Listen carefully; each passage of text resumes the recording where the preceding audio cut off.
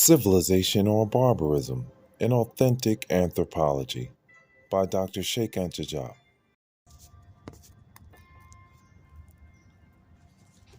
Thoma, in order to defend polycentrism, used Penrose's method of calculating the formal differences between the various races and found the yellow race closer to Neanderthal man than to Cro-Magnon.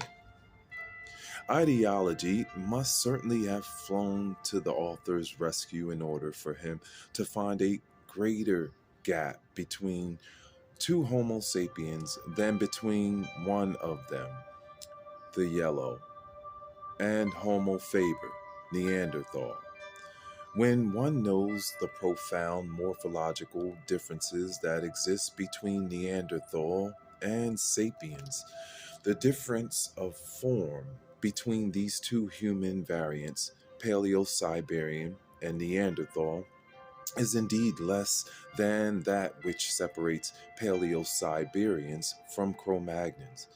Neanderthals and Cro-Magnons are even further apart. Kuhn and Thoma and all the polycentrists evade the major difficulty of explaining where European Homo sapiens had gone for 250,000 years, the time span that separates their hypothetical appearance in Europe and the times and Grimaldi man, the first true Homo sapiens to appear on the European continent. Indeed, these so called European Homo sapiens vanished without leaving any descendants during this whole period.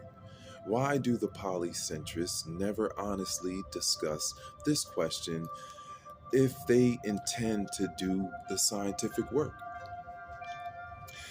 No, there is a consensus. They know the difficulty is insurmountable, so they pretend not to see it, and nobody raises the question. One need only refer to the presentation we have made above on this question. The contributors to Race et Intelligence are masters of the art of deceiving the reader, as we have seen in the case of the expression masterly work, deliberately interpreted in a tenditious and erroneous way. Indeed, they write, a skull discovered by Vertizolos, studied by Professor Thoma, in some 500,000 is some 500,000 years old.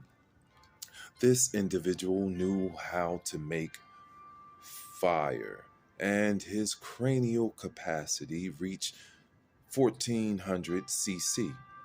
Professor Thoma concludes that it belonged to a Homo sapiens, intelligent man. Homo sapiens would therefore have appeared in Europe a very long time ago.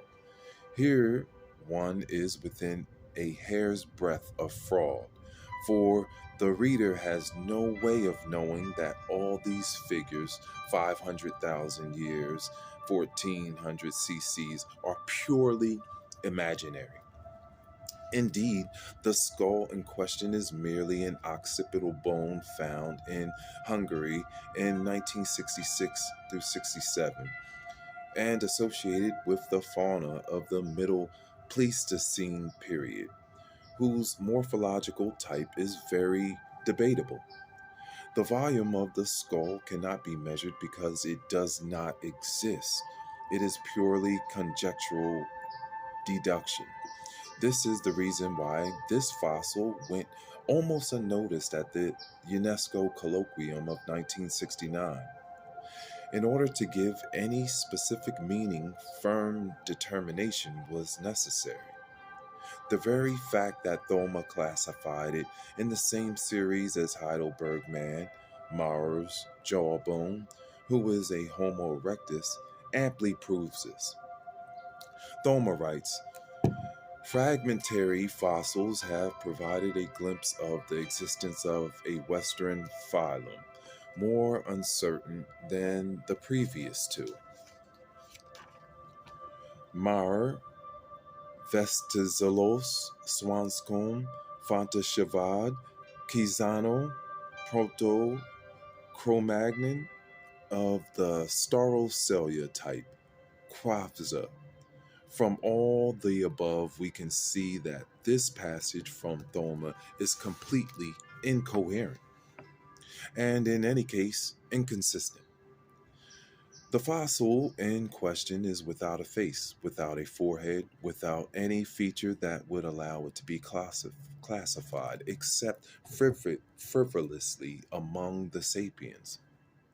And always the same question: what became of its descendants for 500,000 years? And Thoma, conscious of this abyss, even if he does not say so, uses terms so tentative that one clearly sees he does not fully believe what he writes in the paragraph quoted above. Fragmentary fossils have provided a glimpse of the existence of the Western phylum, more uncertain than the previous two. We have just seen it. In order to construct the pre sapiens theory, the contributors of Race et Intelligence boldly transformed Thoma's hesitations into quasi certainties. If one wants to know the truth about the age of the verticilla's occipital, all one needs to do is date it by the amino acid method, which is not very destructive. Lastly, in order for the pre sapiens theory to be credible, it should be able to rely on the antiquity of Homo sapiens in other continents, particularly Asia. And I will stop right there. We'll continue back off with civilization or barbarism. I'm Uriel Riley. Thank you.